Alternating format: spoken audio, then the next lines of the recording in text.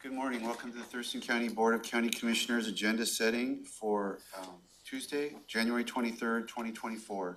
9:20 a.m. My name is Ty Manser, Chair of the Board. Our Vice Chair, Commissioner Wayne Fournier, will be joining us just in a few moments. We have Commissioner Gary Edwards, Commissioner Carolina Mejia, and Commissioner Klaus will be joining us also in just a few minutes. For public virtual attendance, you may follow along on the Thurston County YouTube channel. We are scheduled till noon. Probably have a halfway break, and we do have an executive session scheduled toward the tail end of this morning's session. First item on the agenda is a review of the draft agenda for this afternoon's board meeting.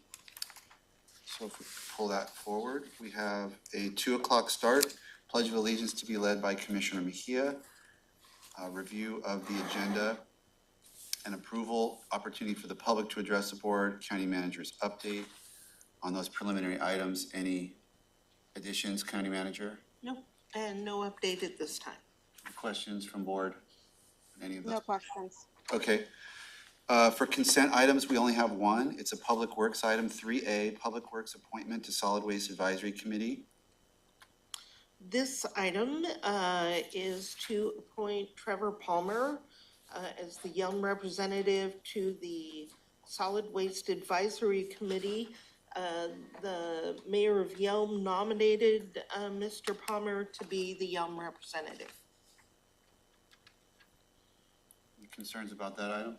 No, Okay, just newly elected councilman out there. very good. Newly elected. Did we meet? I think we met him at somewhere, Steady maybe. Okay, next item is 4A.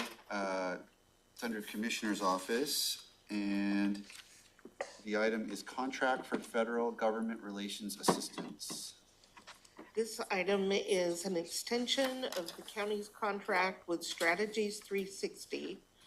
They are our legislative lobbyist and is assisting the county with the identification of opportunities for federal funding and assisting us with obtaining the funding that we identify. We're in the very early stages, and this is a 1-year extension with the hope that they will actually help us secure dollars. Yeah, we looked at this last week. Any comments, questions on item 4A? I would just comment that from my perspective, this really is to benefit overall government in Thurston County. And I brought up, I think last week, that it ought to fall within the 60-40 split. Apparently there were some issues that Robin pointed out that maybe wouldn't apply, but maybe later on as we get going, we could make sure that it's more reflective of our overall government funding rather than continuing to steal money from the current expense fund. Steal. Not stealing anything, I know. Commissioner, but Laundering. What if I don't? Laundering. Say, what if I don't say something a little outlandish? It might not get any attention. So, Commissioner Fournier? Outlandish. I'd heard they are going through a bankruptcy proceeding, Strategies 360. they are going wanna through know an that won't internal affect- process, but that does not affect our contract with them. We have the same representatives as we had prior to their internal restructuring. And our contract has an out clause. Should something not be working well, we can terminate the contract. Thank you. I guess I would comment on one other thing. I would hope that we'll watch the travel side of this agreement pretty close because it's pretty open-ended and it could be easily abused. And I'm not making any allegations. I'm just saying let's pay attention as we move forward. Sure, any travel costs would have to be pre-approved by the county. Commissioners Mejia or Klaus, anything to? No, I think this is a great move forward. I think there's a lot of benefit for just the county in general to make this move, and really excited about it. Okay, very good. Then we'll go on to item 5 A, Public Works, contract award for moderate risk waste transportation and disposition management services for Haza House. So this item is for, as it says, the transportation and disposal of moderate risk waste. Hazo House has approximately 25,000 customers and handles about 100 ton of waste each year. And this contract would allow for the monthly disposal. The board approved an RFP, 2 bids were received. They were scored based on qualifications of experience, past performance, references, the technical approach, the rates, and a few other factors. This contract would be for, allow for 5 years with annual renewals. So it's 1-year contract with 4 renewals, basically, in the amount of $1.5 million. And someone is here, I'm sure, if you have additional questions. I don't have I don't additional see, questions. County engineer, I don't see. If they have Jeff. them. Any questions though on this item? I just also want to point out that there was $26,000 in savings from this contract. Thank you. Matt Unzelman, county engineer, anything? I have nothing to add. Okay. Good deal. Then we'll move forward to item 5B. Also Public Works, contract award for the Yelm Rainier Tenino Trail Restroom Replacement Project. This item is a project to build a 4-stall commercial grade vandal-resistant restroom at the Yelm Rainier Tenino Trail site. And this replaces a current facility that is not ADA compliant. The new facility would reduce maintenance needs. It also includes a 440-foot sidewalk. The county received 9 bids, and this is awarded to the lowest bidder. I think this is great. Which part of the trail is this? Ryan, which part of the Kennydale? Is trail it is Kenny? this on? No, this is This is Rainier. in Tenino, Rainier. Rainier. or Rainier, yes. Next year, there's one going in Tenino. This took about 4 years to get this done. But now we got a You process. set that up perfect. And I was at a meeting recently where somebody talked about this and they were like, well, what about, it must have been Yelm, that somebody said, what about Yelm? That's the next year. So we're all on tap, projects. It's on county park property, and it's where people are congregating. I think it's great. I think it's a great collaboration. I did sorry, did I jump in front of you?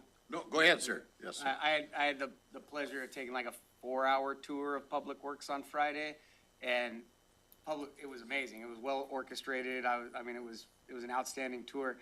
And one of the things that they kept remarking on, and I know we all know this, is that there's money for capital projects, but there's no money for maintenance. And so working with our local communities all around Thurston County to provide the capital projects and they provide the maintenance, that's the dream scenario in my opinion. So good job. Yeah, and that's this bathroom with City of Rainier. Rainier's going to be doing the maintenance in this bathroom. Commissioner Edwards? I guess as we move forward on this, I know we've got this one figured out, but I would hope that this new arrangement that we're getting into with a group that you've used, sir. Park. Yeah, the park folks that we're trying to set something. Yeah, the Park Foundation, so that we can get in line for some more funding to accomplish some of this. And I think recognizing the ADA situation is a big piece of getting us some of that funding. So just, I'm hoping that we'll look towards other avenues. And currently, and I don't know, I haven't seen anybody on here yet, but what is the funding source today for this project?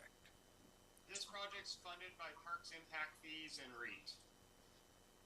Yeah, What was the Park, impact fee? park impact fees and REIT. Okay. Something is wrong with your mic, just so you know. working with the Park Foundation's great because that, like, as a government agency, you can't do fundraising. So you can ask them to do it on the project's behalf, and then it allows for an easy, like, local community match to a project like this. Yeah. So you make a good point. Thank you. Okay, if there's nothing further, we will move on. Thank you. Thanks, Matt. Public Health and Social Services is next, 6A, Amendment 18 to the Washington Department of Health, CONCON, 2022 to 2024. This 18th amendment to the consolidated contract with the Department of Health adds just under $333,000 to the money that Thurston County will receive from the state. The money is restricted for very specific purposes.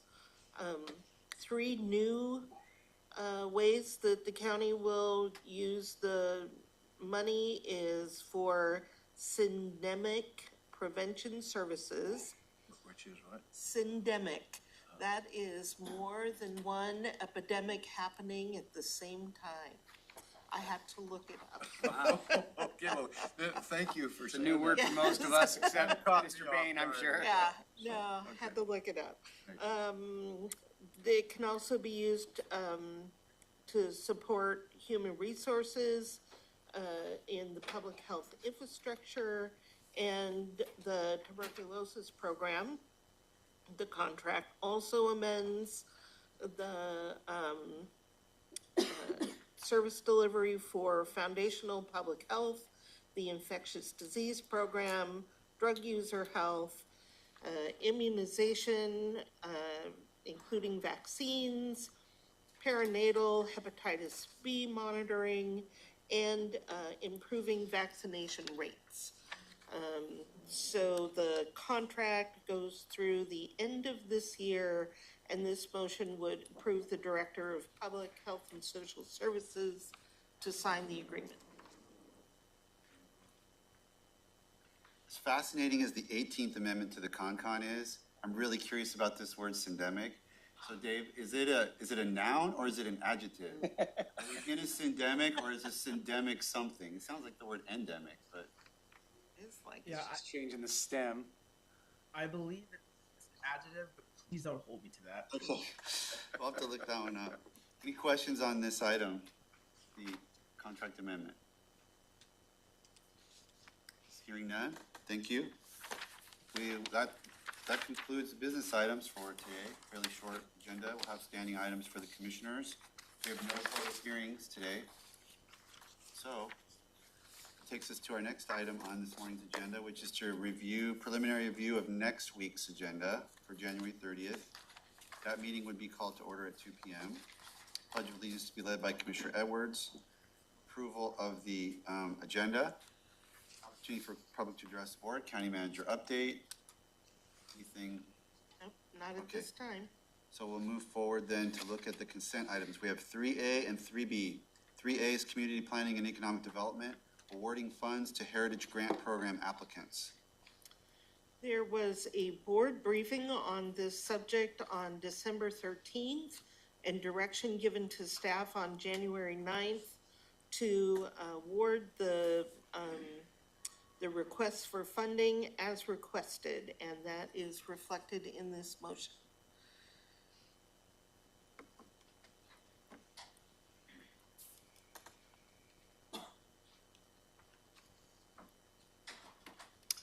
Questions from any board members about our Heritage Grant awards? Jeremy's got it all under control. We don't need to ask him any questions. It's a noun. Yeah, okay, good. So, avoid a syndemic. Okay. Then we'll go to item 3B. Another consent item, Human Resources, resolution authorizing a 6-month pilot recruitment incentives program for the purposes of attracting and hiring lateral deputy sheriffs within the Thurston County Sheriff's Office. So this item is the MOU with the sheriff deputies bargaining unit and reflects the items that the board discussed with the sheriff on December 15th. It includes a $25,000 hiring bonus for lateral transfers. That bonus will be paid $15,000 upon hire, $5,000 on completing probation, and an additional $5,000 at the completion of 2 years with the county. It also allows for the award of 40 hours of vacation and 40 hours of sick leave, and includes 40 hours incentive leave for referrals. It is a 6-month pilot that will last 6 months from the date of adoption. I would also suggest to the board, this is ready to go and we have been waiting for it. So if you are comfortable, I would suggest moving it to today's agenda. I'm good. I don't have any questions, and I'm good with moving it to the agenda for today. Any concerns about that proposal? Thumbs up from Commissioner Mejia. I would point out, if you have not been following this issue, you're in the public, there are costs associated with new hires at the sheriff's office, like tremendous costs that are avoided when you can, many of which are avoided when you make a lateral hire, that therefore really save a ton of money, like way more money than what this program, which seems very, robust and generous, but it actually, the design is to not only to get the recruiting done, but it actually saves a lot of money. So anyway, there's a lot of detail there, and we've had work sessions on it. I'm okay with putting it on today's consent agenda as proposed by the interim county manager. Okay. Hearing no concern about that, let's go to item 4A, Central Services, lease amendment extension between Thurston County and TCOM 911. Hold on, I got Commissioner Klaus's hand before we get to a new. Yeah, I just had a quick question about that, the lateral incentives pilot program. So it's a 6-month pilot program, and They just stepped out, so I know. can you hang on just a second? Hold on 1 second, Commissioner. The sheriff's staff just stepped out of the room. Oh, okay, no problem. It might be something that Robin could answer, but I can wait as well if we need to. 1 second, sheriff's coming right back in. I didn't even see you guys there, so I guess that's the problem with having my back to the door. Commissioner Klaus had a question on this program. Yes, Commissioner.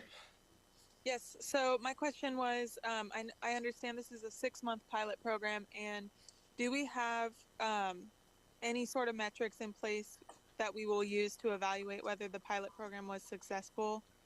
Yes, we've had no lateral applicants successfully get hired since October of 2021. So if even one got hired, we'd have a 100% increase. Well, that's good. And I more so mean, like, as far as on the county side, I mean, I understand when we talked about this last time, it was pitched as a cost savings, and it sounds like it's going to be a cost savings if it's successful. And do we have anything in place when we do go to evaluate this in 6 months to say, like, okay, this is how much we've saved, so therefore we can extend this into either an extension of the pilot or make it a permanent program, or whatever course of action we determine. I'm just wondering if there's a number that we're looking for in terms of cost savings to say, okay, this is doing what we thought it would do, and we're recruiting more deputies, or if that's something that we will have to discuss in 6 months, or do we have something already in mind? So why don't, Commissioner, I would like to suggest that the sheriff and I work together to figure out what those metrics ought to be, so that we have something to share with you at the end of the pilot. I can just tell you just very briefly. So right now, if a lateral applied today, which we've had, it sounds like 3 reach out this week.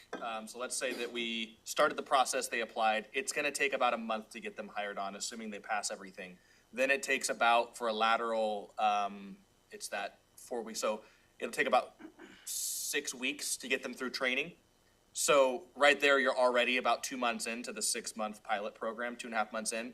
What we'll really be looking at in this first 6 months, Emily or Commissioner Klaus, is how many laterals this actually brings in. If we choose to extend it or not, what we'll then be able to tell you probably closer into that 6 to 12 month range is whether or not our overtime costs go down. That's really the target number that we're looking for. It's gonna be the overtime costs. That is where the cost savings, that's where we're getting that and we're deriving that number But we from. won't see that for like a year until these folks are, Well, no, I mean, you'll start to see it, but where we'll really be able to monitor that is once they're actually hired and on their own, which for a Yes. lateral is gonna be about 2 to 3 months into after they apply. Don't we start to save right there? They don't Yes. have to go to the Correct. academy. You'll already start So saving. I think that we'll be able to identify some savings even in this I think so first too. But as you 6 can see, months. So why if don't one you and I comes in- chat? yes. Yeah. If one comes in, you'll see a little bit. If 3, 4, 5 start coming in, you'll start to see the overtime bill is essentially what we're trying to decrease. That's where the cost savings are going to occur. So yes, we can track it, Commissioner Klaus. Awesome. Thank you so much. That's exactly what I was wondering. I appreciate that. Thank you. Okay, very good. Then let's look at 4A, lease amendment extension between Thurston County and TCOM 911. Right. So, as you know, TCOM 911 is in a county-owned facility here on Pacific Avenue. And the current lease expired on December 31st of 2023. So we are now through this contract, extending the lease through December 31st of 2028. The square footage that TCOM has at the facility has increased from 9,179 square feet to 10,520 square feet. And the rate is increasing. The rate had been, in 2023, $15,970 a month. In 2024, it will be $16,510 a month, and in 25, $16,906 a month. And the rates are determined as part of our internal service rate calculations. And Rich is here today to answer any questions that you may have. And it's a good partnership with TCOM, by the way. No questions. You're good. All right, thank you. Easy peasy. Thank you. Okay, next item is 4B, change order number 3 to design build contract for Thurston County infrastructure upgrades. This item is related to the infrastructure upgrades on the courthouse campus, buildings 1 through 7. This is our design build contract, and the way that the contract was awarded to Mortensen and Company is in phases. So phase 1 is a design phase and phase 2 is a construction phase. Each phase has a number of steps, and the money for the company is being released in phases. So each time we hit a major milestone, the department will come and say, okay, we need authorization to release the next chunk of the money. So this is, it's called a change order number 3. It's really just the third release of funds. The first phase was 1.5 million in June of 2023. The second phase was 145,000 in December, and now we are ready to approve the funding for completion of design, which will be in the amount of $3,844,857. for a new total in the contract awarded of 5.5 million. You have a briefing on this project scheduled tomorrow, and Tom is here and he can answer more questions about this, and we can go in depth tomorrow to the way the contract is structured. Go ahead, Commissioner Edwards. I have a couple questions as well. I guess my only question at this point would be, how are we doing with user concerns with the plan as it's progressed? Have we got some satisfaction there? Have we got some aggravation there? We got a little of both, but what's the compromise? What are we gonna be hearing as a board from other elected officials and users of the facility? So in the past couple weeks, we've had stakeholder meetings. One of our stakeholders is right here, Patrick. I've received positive feedback from everybody. They understand we can't meet all their needs, but some of them were more pleasantly surprised that we met some of their requirements and needs going through. It's been, like you say, a compromise. It's a delicate dance we're doing with our stakeholders, what they want, what we can achieve within the project budget. I believe you're gonna get positive results back. I've heard only positive. The one concern we had with the clerk, we addressed all hers. We had one meeting, we come back and address their concerns, had another meeting to discuss their space. They're finalizing those drawings, and we'll have a third meeting with stakeholders early February to discuss the changes we've met with them and discussed in these past few meetings. So I believe everybody's on board. And you'll see all the buildings and the layouts tomorrow. I hate to give you an attaboy ahead of time, but it sounds like you're really getting it together as far as making it all work. So congratulations on thank you for your hard work. Yeah, I'd heard some good feedback from Superior Court, so thank you. The questions I have are just about this process, because it's something new for us. So when it says a change order, that's not really a change order, it's just, means we're just moving to the next phase of the project? It's terminology we use because we're releasing money and scope. So we use the term, it could be amendment to the contract, but the 50 million stays the 50 million, how we divvy it up. Doesn't mean that something went wrong or? No, that- it's just, we have to tell the contractor he has more money, more scope work to do. So we're releasing the money, that's why it's called a change order. Okay, and then for that next piece, the dollar amount, like, sound like the first one was big and the second one's pretty small, like, what determines the next amount of money that's released? Is it like a calculation of how much it'll cost to do the next set of tasks? Yes, so the original 15 or 1.5 million, in their proposals they gave to us, they were gonna tell us how they're gonna spend that 1.5 million to get us to schematic design and the basis of design. Now they've come back and said, this is the price it's gonna be. The attachment shows all the consultants that are needed to get it to construction documents. These are the rates they're gonna charge us, and this is how we get to this number. So it's a lot more involved, there's a lot more people involved to get to the final product. And as part of this project, they invoice us for the actual hours coming through, so it's documented that way, so it's kind of like at cost plus their fees on top of that. So we're tracking how many hours each individual is putting on the job, and we approve those invoices. So when you see that number, it's a not to exceed number. It could come in lower, but it will not go higher than that.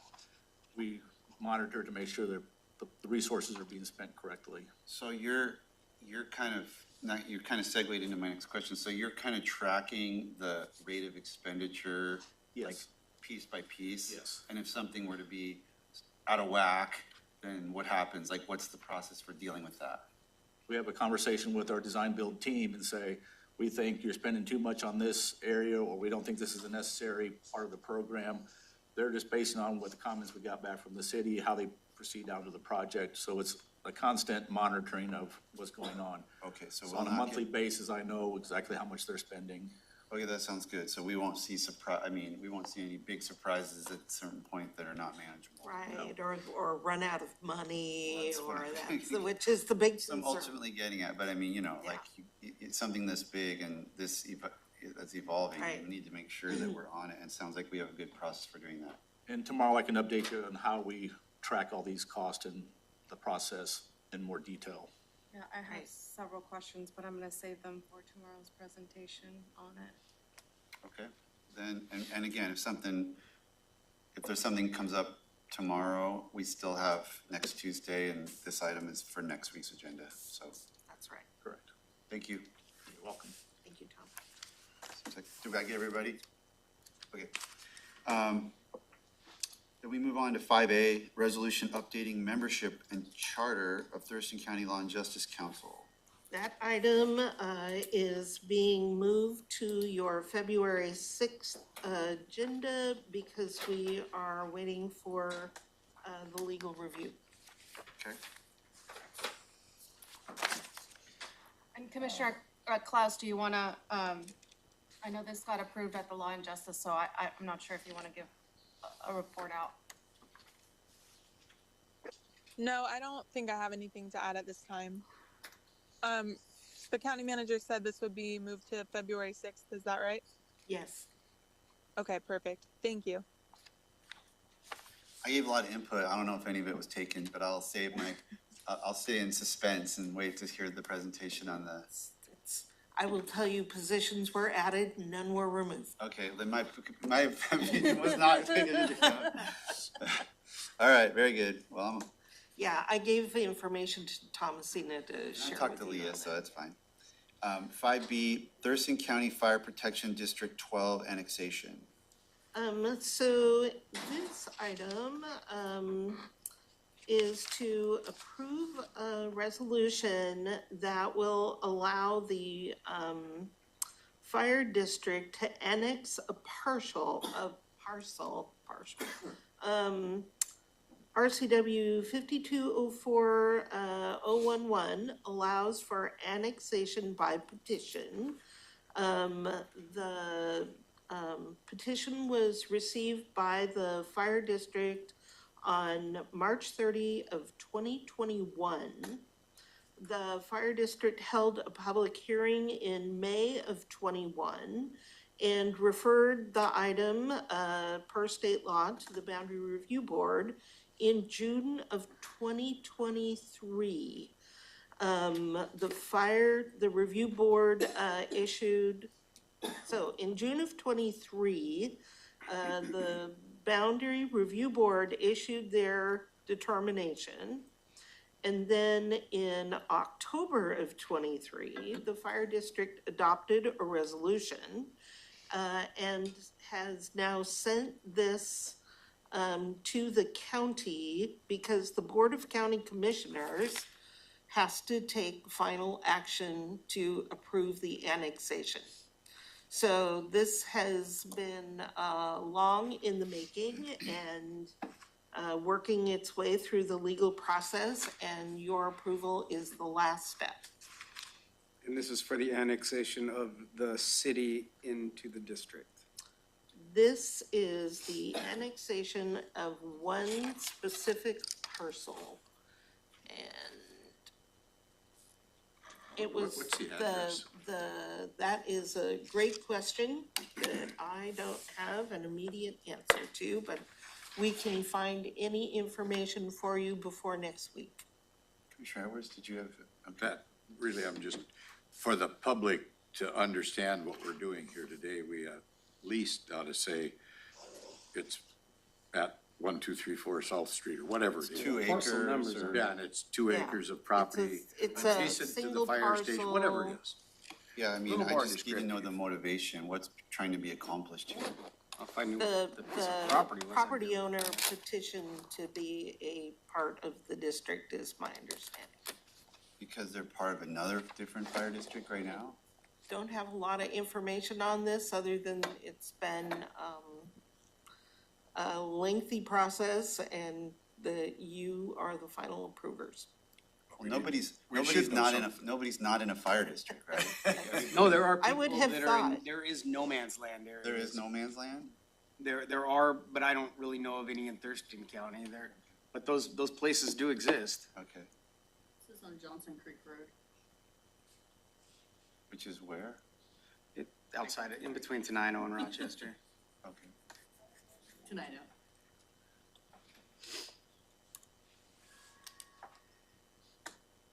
I know. Well, it sounds like more information to come. Yeah, Let's we not- can, we can get let's more not dwell on it. information for you Okay, before next week. a few more elements to be, maybe presented next week. Probably I'm sure there's a good reason for it, but I'd like to hear what it is. I imagine they have sent more than just their resolution that they adopted. Does their resolution have like whereases that explain what it's all about? I need to look at it. Okay, very good. Then let's go to item 6A, Community Planning and Economic Development, Shoreline Master Program Implementation Grant Contract Approval. This item is the acceptance of funds from the Washington State Department of Ecology for a grant that will be used for shoreline planning. The money will develop, or will use the money to develop an implementation toolkit. And the toolkit will include how-to videos, online training, FAQs, and other materials that will assist the public with implementing the requirements of the Shoreline Master Plan, and to get feedback from the public about what kind of information will be useful for them. The department is going to conduct a survey. So this item would authorize the Director of Community Planning and Economic Development to sign the contract and accept the funds. Commissioner Mejia? Thank you. First of all, this is great that we're getting a grant for this. I have a question in regards to the timing element of it. I know that while we approved the Shoreline Master Plan, it still has to go through the Department of Ecology process. And so I'm wondering, we don't know if there's going to be changes through that process. And so with this grant, which one are we going to be putting educational material about? Is it about the one that is pending in front of the Department of Ecology? Andy DeFovas from CPED here to answer all our questions. Good morning, Commissioners. Andrew DeFovas, Senior Planner with Community Planning. So the implementation toolkit would be based on the master program that is going to ecology. We believe that the documents are largely going to be found in compliance and that the edits that may come back would be minor. But that being said, we typically, so we would be hiring professional services to develop a lot of these materials. And we typically, get the files that they have created so that we can potentially edit them if necessary. So I think in some cases we word things a little more generally in order to allow for that sort of change that might happen with documents. But if we need to correct anything, we would hopefully have all the files and materials we would need to make those changes on the back end of things.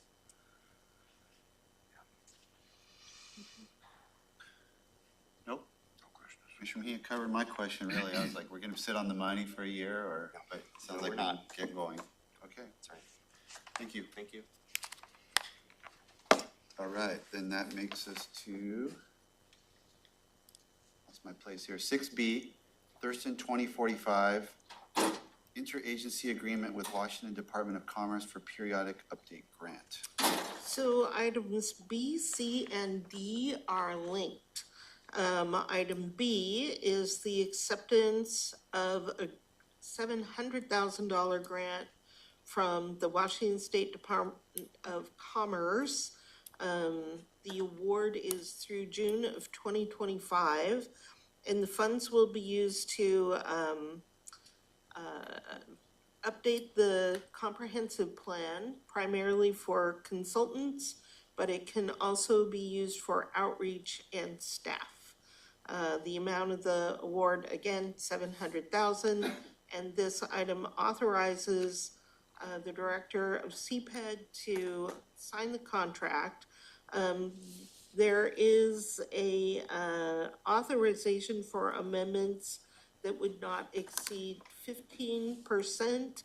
Our normal amount in the county is 10%. However, this grant includes a 15% allowance. So that's why it's a little different in this motion.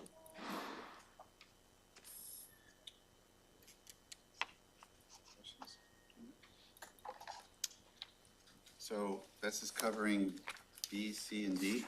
That's B. Okay. C is an additional 300,000, also from the Department of Commerce. This grant, would be also used for the comprehensive plan. And this would be specifically for the climate element of the plan. Also used to, pay for consultant time, outreach, and staff time. And then item D is, to spend the money.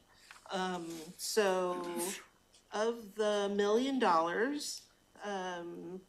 staff are asking that the board approve a contract with Burke, for just under $895,000. And, again, in support of the comp plan, the county issued an RFP for assistance in developing the elements of the comp plan update, including SEPA, the new housing element, development code changes, the climate element. The RFP was issued in November of '23. The county received 3 bids, and the award is based on experience. And again, spending money from the 2 grants that you would approve prior to taking this action. So this, D spends the money that we're taking in B and C. Correct. Can we have Ashley come up?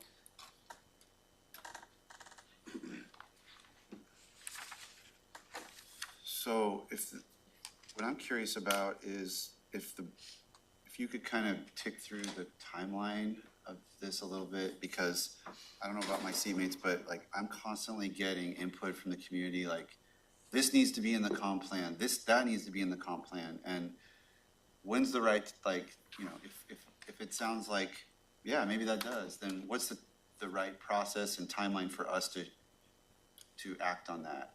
You know, share it with you, or it's gonna, I mean, I know we've done a little bit of scoping when we just talked about what chapters we were, but I mean, that was just like subject matters, like climate change or housing. I mean, that was not like any sort of detailed elements of scope. So I mean, can you kind of, I'm probably not the Lone Ranger here who's heard from the public about comp plan, desires of the public to want to see things in the comp plan. So help you navigate that.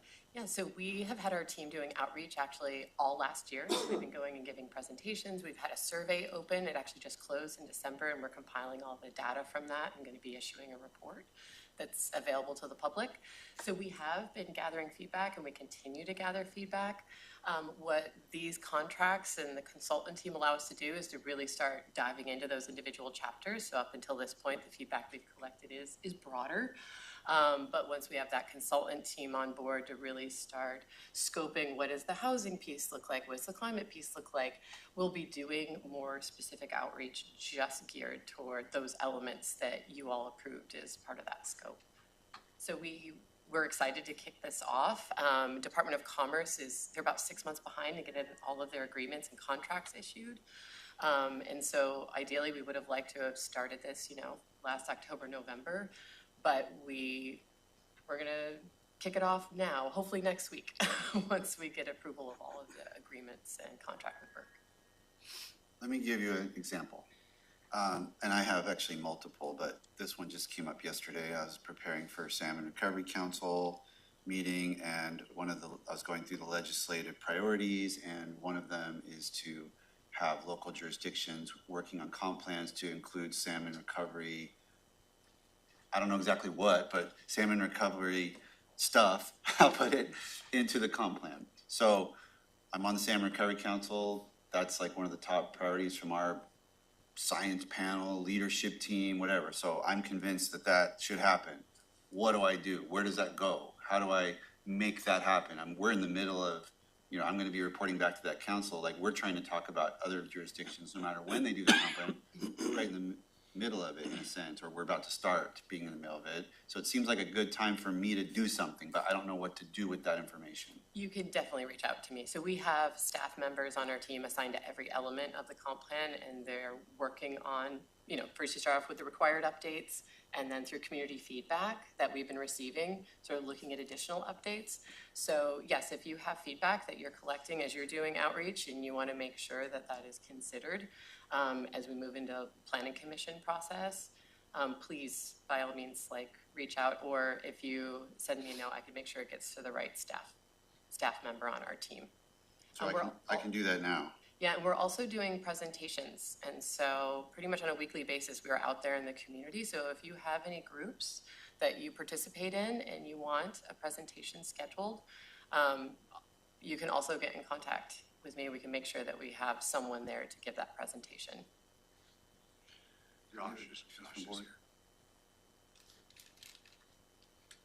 Josh Cummings. Hello, I am Joshua Cummings, the Director of Community Planning and Economic Development. Hi, Josh. Hello, nice to see you, Commissioners. Ashley did a great job. Her team is so close to this. They've been in this for a long time. Just to answer the question super directly, the time is now. So we have been building and building all this kind of over general work in terms of the surveys and getting the temperature and the climate of the community and some of the big things that they're interested in. We engaged with the board, like the Commissioner Minzer said, in terms of the chapters, the elements of the different comp plan.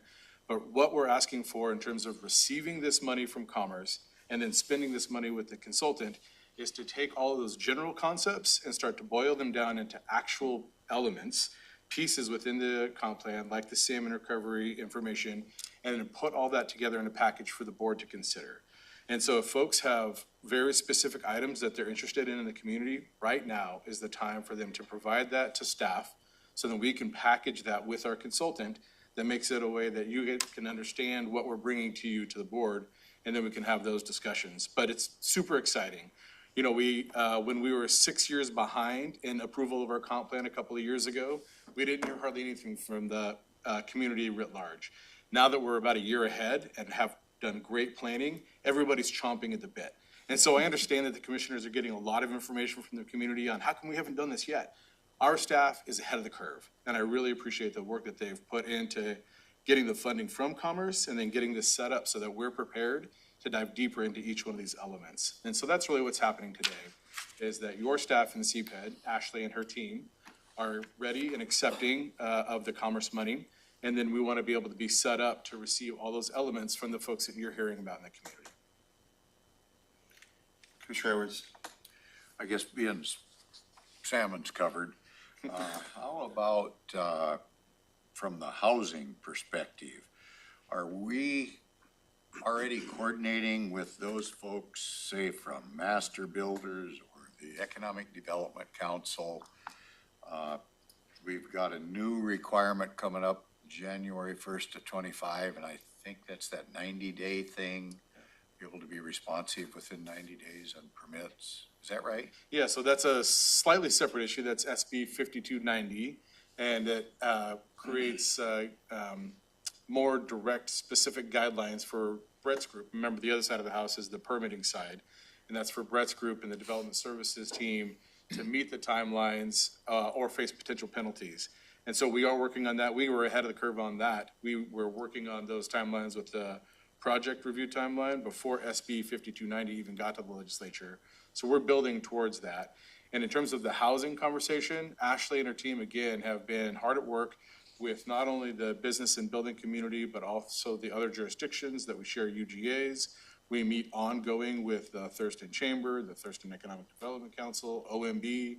So to answer your question, yes, but now is the time to start to formalize all of those conversations. So we're going to be asking for very direct input from each one of those organizations on their perspective on housing. And again, that's what the consultant is for, to package that in a way that we can bring it to the county commissioners for you to review the input that we've received.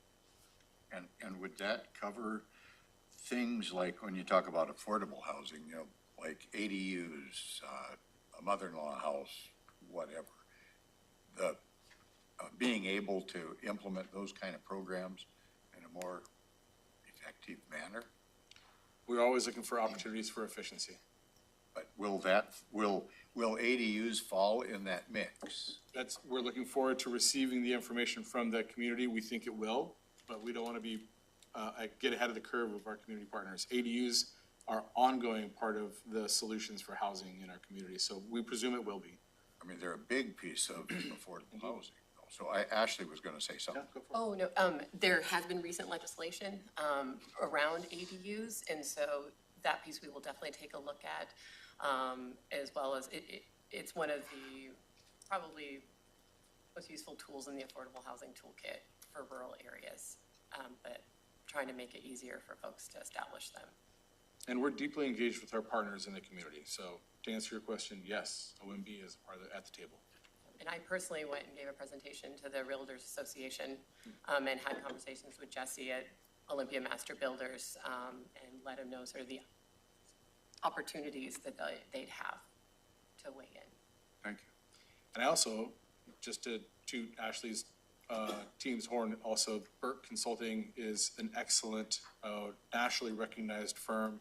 During this time of trying to get consultants on board, we were not lucky, because her team was able to write such a clear and concise RFP that was understood by the consultant community. We were able to gain this potential consultant to do this work. So great team, great work that Ashley and her group have done. Thank you.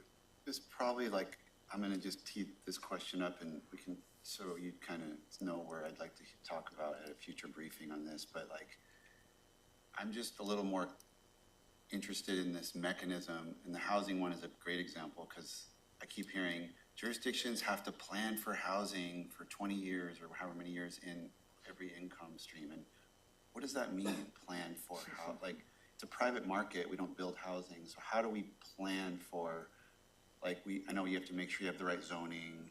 I mean, I'd be curious to know all the elements that kind of, what's on our back versus somebody, what's on our plate versus somebody else's plate to make that happen, and how does a comp plan get us to that result rather than just being words that are in that plan? That is teeing us up for a very big conversation. Yeah, It's a good one. We Definitely. look forward to having that conversation, and for different parts of our community, it will be a different conversation, like whether it's Grand Mound, which is a UGA with water sewer, versus out in our rural areas.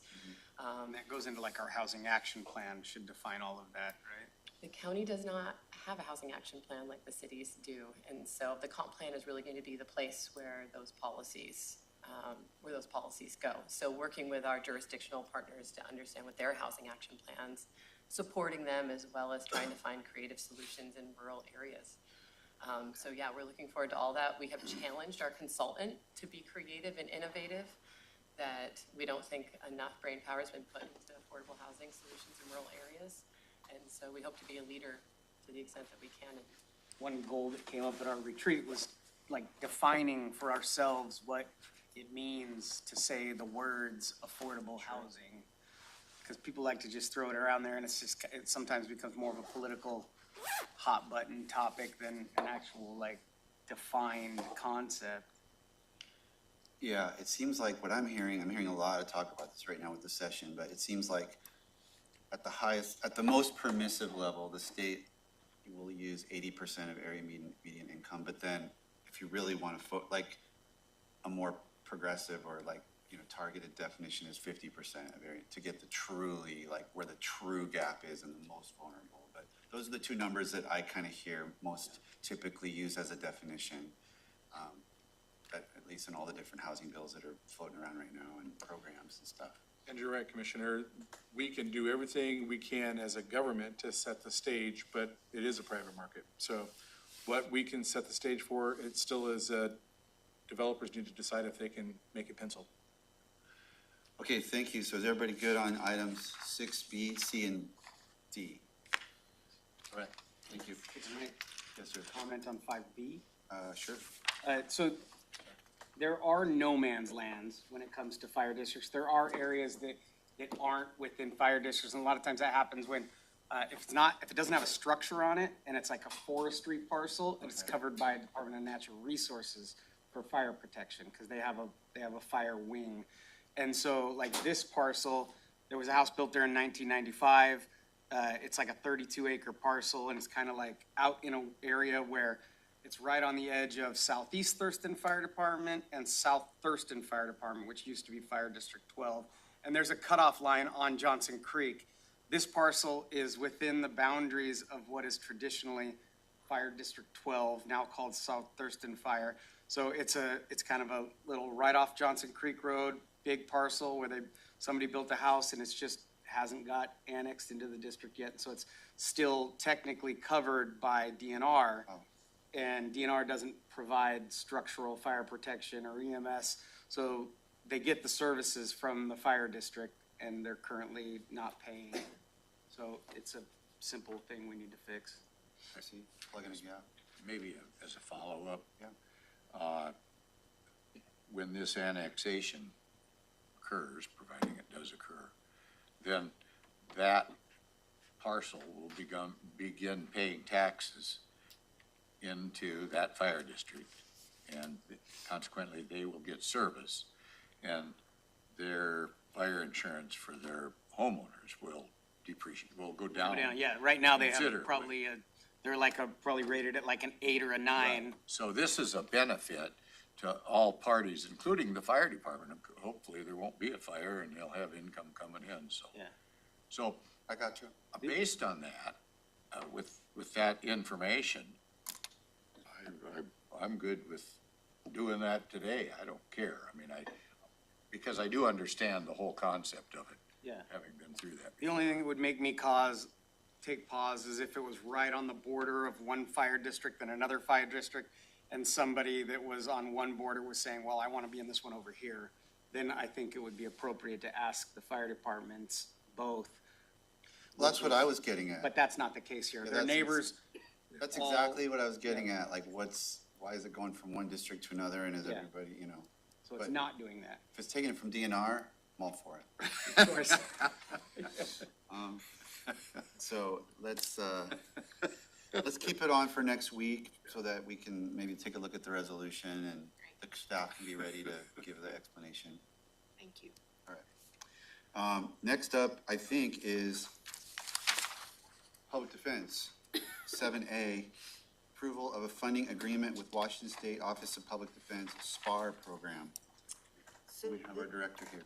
Yep. This item is a contract with the state of Washington for the county to receive money that will be used for public defense of indigent clients charged with simple possession of, and simple possession or public use offenses of illegal substances. The contract is through June of 2024, and the motion approves the director to sign the contract to receive the grant money, $150,000. Yeah. Good morning, Commissioners. Patrick O'Connor, Director of Public Defense. I'll give you a little background here on this agreement, this opportunity for Thurston County Public Defense.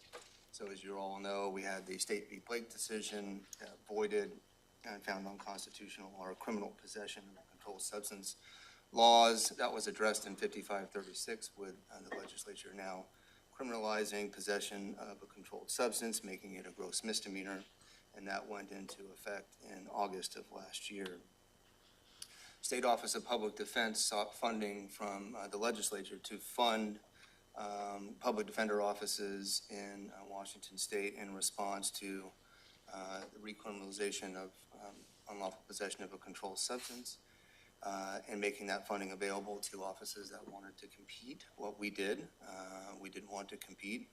We had a successful application that State Office of Public Defense supported our application to fund our office with one public defender staff attorney in response to this decision. So ever since August up until now, we've been sharing that workload amongst our district court attorneys. So we have a process in place, and you've been briefed on our response as a county. to 5536, which is cases that are eligible are referred to our lead program with the prosecuting attorney's approval. We've been doing that ever since August, and my staff have been right there doing that work every day, making referrals, et cetera. And if cases end up not going into into that diversion program, they go to trial or et cetera, they get on a trial track. So we've absorbed that workload internally. So this is a great opportunity for us to receive some assistance from the state for public defense. I may not say that very often. Hopefully I'll be saying that more in the years to come. The contract, the agreement right now is essentially a reimbursement agreement with our office. So we would, if approved, we'd go out, recruit one defender to do this work. We have a internal job description and duties for this position in response to 5536. It's a reimbursement contract. So what's kind of a little bit different, I confirmed with OPD yesterday, what you're authorizing or considering authorizing is for me to sign off on the agreement. It's been vetted by Scott Cushing over at Civil Division. It only runs through June of this year, and that's a little strange. The reasoning behind that from State Office of Public Defense is to align with their funding model and what's best for them to be reimbursed. Long story short is I will need to renew this contract when they offer a new contract in June, and that contract will be for a year to June of 2025. And then they're looking for a 2-year contract or an agreement after that to align with the state fiscal budget. So it's a little bit different than what you might normally see, Commissioner. Done with your. I'm happy to answer questions. I don't really have a question, Patrick. I really wanted to really thank you because you've been really active in getting these additional funds to be able to support your office and really providing those services, and just really want to thank you for that. Just constantly seeking out this funding, keeping tabs on what's going on to be able to access this funding. It really helps our community in the end. And just with the impacts that we've had with general fund, I mean, just the fact that you're continuing to bring these services into our community, thank you so much for that. Oh, and we are welcome on behalf of the community. One thing, and you touched upon it, which is with the reduction this year to our budget, not having to give these cases to our trial attorneys, thus reducing their caseload, I can give them more, assign them more cases because we'll have this position. So it has that direct collateral benefit to the county general fund, and that we're allowed to take, we're able to take some more cases. So it's a great opportunity. Happy to answer any other questions. I know it's set for next week's agenda as well. So this being dealing with gross misdemeanors, so these are going to be gross misdemeanors put together by the county sheriff's department, basically, because you have other jurisdictions. Will you be handling some of those other jurisdictions? Like you've got a contract maybe with Tumwater, yeah. Okay. So we will. So is that going to cover all those municipal issues as well? And is it intended to cover all those municipal issues? Because as a general rule, we don't incur the expenses of the municipal issues, which I have concerns about because we're stuck with their felonies, right, plus our own. Yeah. And in this case, do you see where I'm going with that? 100%. How is this going to affect that? And is it really a fair deal?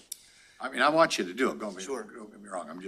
I'm looking for a fair deal here for the county taxpayer. I don't know if I like the concept that we're stuck with their felonies because it's in Thurston County and it's our responsibility, obviously, to take on or prosecute those felonies. So it's not we're taking theirs on, it's that we're doing our job, that those people in those cities pay their county taxes as well. That is debatable, and the reason I say it's debatable is because the current breakdown of funds raised and distributed to the county versus the municipalities, and just using sales tax as an example, it was never an adequate distribution of funds. It was 15% went to the county to cover all those things that you're referring to. 85% went to the municipal jurisdictions. there was always supposed to be a second phase Okay. of this whole Growth Management Act that went into into place in the 90s. The legislature just dropped the ball and never did get to that point. So it's never been an adequate funding for, source to deal with it, and that's why I refer to it that way. So I just wonder how.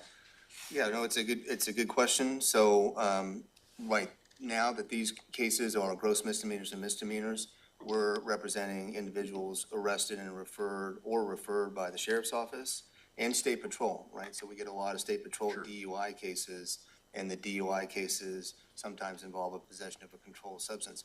All those representations are eligible and contemplated under this position. So, if we got a DUI from state patrol, downtown, very common, right, on I-5, and search incident, there's a possession charge, this attorney can represent that individual. The city of Tumwater, we have a city of Tumwater defender in our office. The city of Tumwater pays for that salary and benefits of not only that defense attorney, but also a legal assistant. And their caseloads are about half of what we see in Thurston County right now. So we have plenty of capacity with our Tumwater attorney. So, but it's a fair point, and I think to the larger point, we're all community partners, and we're all impacted by decisions, whether it's in a municipality or the sheriff's office or state patrol. And state patrol sometimes gets left out of the conversation sometimes, but we're all intertwined. And you're right, we, for felony offenses, our justice system is going to be impacted by any felony in our community. So I have a few questions. One is the amount. So if it's 150,000 for 6 months, then that means it's going to be 300,000 for a year. It would be that's one attorney. It's an annual 150,000 to cover the salary and benefits of one defense attorney. Okay. So the reason it's presented as such, again, is state OPD's request that based on what works best for them in the reimbursement process is to have it $150,000 through June of this year, but then extend that for another year. And so we'll have to work with them on what contract they want us to present to you in June. It's basically an annual amount of $150,000. It's really like 75,000 for the 6 months. It is. Even though it's framed as 150. It is, and this is reimbursement. So this was something that they asked contractors to have this language so they can manage the reimbursements a little bit better on their end. And obviously, I wasn't going to quibble with them. I assume you guys can figure that out. The second question I had is about the motive of, we all know public defense needs more state support. We've got lawsuits going, we got legislation proposed about it, but setting that aside, our offices were bearing the burden of drug prosecutions before, and they were felony level. Right. Now they're back, after Blake, right, and they're misdemeanors. What is the theory behind, whose idea was this, and what is the justification from the state when we were already doing this without this money? You know what I mean? It's nice to have a little help, but we really need a big, this is kind of a little tiny slice of help. You're hoping this isn't the answer they're thinking. Yeah, right? yeah. I'm just wondering because to be candid, I didn't look a gift horse in the mouth. Yeah, okay, very good. Very good. Well, you can grow it. But the truth of the matter is you're right? So pre-Blake, we averaged anywhere between 500 to 600 single or double count possession of a controlled substance felonies in Thurston County Superior Court, many of which were from the municipalities. You said 500 to 600. Yeah. Okay. Right, so that was, in our office, that was X amount of attorneys' full workload for an entire year. So I guess, to your question is maybe a recognition that, and again, when the Blake decision happened, we were just at the beginning of the pandemic, and we're still battling through the pandemic of caseloads that were impacted. So I think there's a recognition from State Office of Public Defense that public defender offices and contractors throughout the state are still struggling with caseloads from the pandemic.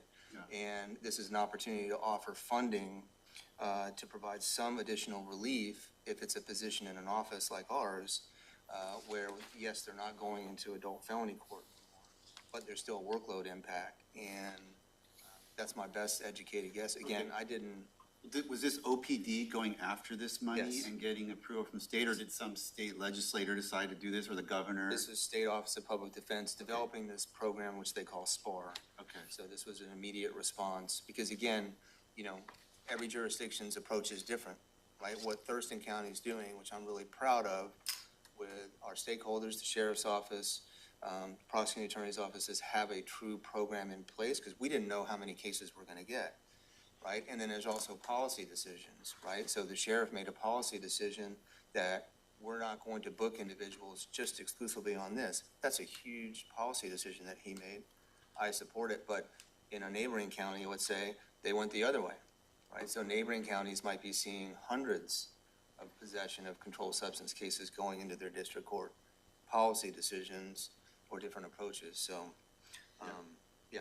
But to Commissioner Mentzer's point, the Office of Public Defense could not have been developing a program without funding approved from the legislature. Correct. If they didn't get money from some legislative action, Yeah. there would not be Well, I'm on the money community advisory to committee, that's why share I'm with the really county, digging into but- this. Want to make sure I understand, and Yeah. that we went after this money and got the legislature to fight it. Yeah, and one other key component to this is, you know, the spirit of 5536 for those jurisdictions that wanted to develop a robust diversion program was to really support those jurisdictions, and I think that was part of the conversations as well, is making funding available to support those jurisdictions that aren't just gonna have no diversion in place and straight to court with every case. That certainly funding is available to support those jurisdictions that are taking that approach, but for Thurston County, this is a big get for us because I can have this additional team member helping to continue to support our lead program on a daily basis, which is a big gap that we have right now, so. I don't think anybody is saying that this is not a good thing. There is just this other concern that now the state legislature can say, this is not an unfunded mandate, we're providing money. Understood. And so there's this background. I'm certainly happy to have some more conversations about that and what it means long-term. I just would be, you know, it took me a little bit of time as a former public defender to figure out like how Washington is structured and what the Office of Public Defense does. Because I worked in one state where there was nothing at the state level. It was every county fended for itself. And you got to completely, you know, and then I worked for the state of Alaska where everything is funded at the state level. Public defense is a state proposition. There is no local involvement. And then Washington's right in the middle. You know, we've got county governments, we've got some state level policies, we've got this Office of Public Defense, which doesn't run public defenders in every county. They kind of provide this like bridge, right? And I'm trying to explain what OPD really is. It's kind of this, they advocate, you know, and they seek out programs here and there and create grant programs. And I mean, so they're kind of this weird in-between entity. They're not state level, you know, control of local public defense, but they're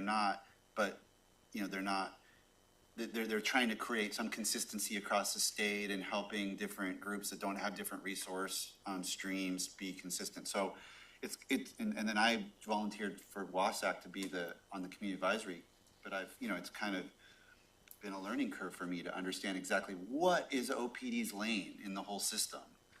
You know, and something like this is a good example where they're trying to plug gaps. They're looking at gaps across the state. We've got this decentralized county system, but then they try to find out where are there inconsistencies and inequities and then create programs and funding to plug those gaps and smooth out the rough edges of a decentralized public defender system. Yeah, it's a weird role. And I know we're back, I think, next month to have, this is a big year for public defense. As you mentioned, there are at least two bills that I'm tracking. I was down there last Friday talking to legislators and other directors around the state for public defense. This is a big year for public defense in terms of state funding and lots of opportunities. And I know I'm back next month to have a conversation about not only that, but some other big changes. So, but you're right. It's what the state's role in the past was pretty narrow. The opportunities that State Office of Public Defense is making available for those communities and those agencies that want to pursue it is a much wider lane than they've ever had historically.